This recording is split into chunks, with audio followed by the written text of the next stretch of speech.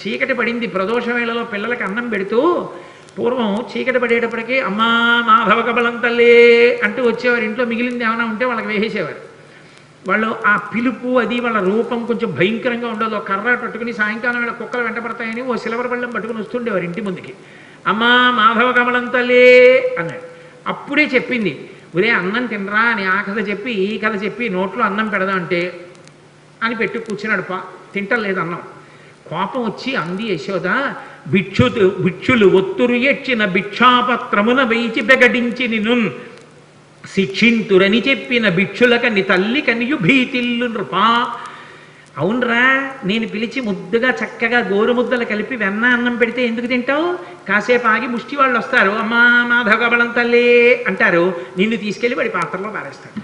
వాడు అందులో పెట్టి మూత పెట్టి నిన్ను పట్టుకుపోతాడు.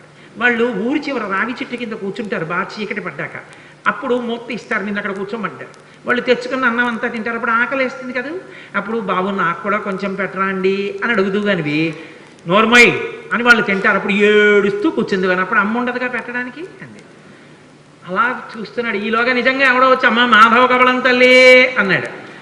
ఏదో పట్టుకెళ్ళి వేద్దామని పాపం వాడు అటు తిరిగింది. వెనక నుంచి వచ్చి అమ్మని గట్టిగా పట్టేసుకుని రెండు కాళ్ళ మధ్యలో తలపెట్టేసి అమ్మ అమ్మ నన్ను వేసేయకమ్మా మాధవ కబలం తల్లి అంటూ వచ్చిన బిచ్చగాడికి వేసేయకమ్మా అన్నాడు. ఏమిటో పొద్దున్న నోట్లో లోకాలు చూసినట్టు అనిపించింది కానీ నా భ్రాంతి పిచ్చి పిల్లాడి ఇంత భయస్తుడు వీడి నోట్లో లోకాలు ఏమిటని పిచ్చి తెలియ మళ్ళీ మాయ వహించి కన్యం కుడుపుతూ పాలు తాగుతుండేవాడు. మళ్ళీ విశ్వరూప సందర్శనం చేయించాడు తల్లికి. అసలు నిజంగా యశోద ఆడుకున్న ఆటలో విన్న పరీక్షిత్తు గుండెలు బాధేసుకున్నాడు. జగదీశ్వరునకు చన్నిచ్చు తల్లిగా ఏమి నోము నోచెయ్యి యశోద, పుత్రుడంచు అతని పోషించు తండ్రిగా నందుడేమి చేసే నందితాత్మ అని అడిగాడు. ఏమిటి లోకాలని పరిపాలించగలిగినటువంటి పరమేశ్వరుడికి తీసుకెళ్ళి నా కొడుకుని చెప్పి పాలివ్వడమా? ఈ లోకాలన్నిటికీ ఇలా వేలు చూపించగలిగిన పరమాత్మకి నందుడు వస్తుంటే భయం భయంగా నక్కి నించోడమా? ఆయన చెప్పులు ఇప్పితే తీసి పక్కన పెట్టడమా? నాన్నగారండి నాన్నగారండి అని మంచినీళ్లు తెచ్చి ఇవ్వడమా? ఏరా అంటే నాన్నగారండి ఆవుల్ని తీసుకొచ్చాను అని భయం భయంగా చెప్పడమా? ఏం పుణ్యం చేశారయా వీళ్ళిద్దరూ అంటే ధరాద్రోణుల వృత్తాంతం చెప్పవలసి వచ్చింది సుఖబ్రహ్మ.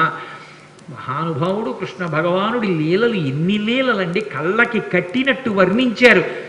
నేను ఇన్ని లీలలు ఎందుకు తలకొట్టుకు చెప్తున్నానంటే కృష్ణావతారంలో కృష్ణలీలలు వింటే మనసు మీద దాని ప్రభావం ఉంటుంది అని ఓ వాక్యం చెప్తే దాని అర్థం ఏమిటో బాగా ఆవిష్కరించిన వాడిని కాకుండా పోతానని.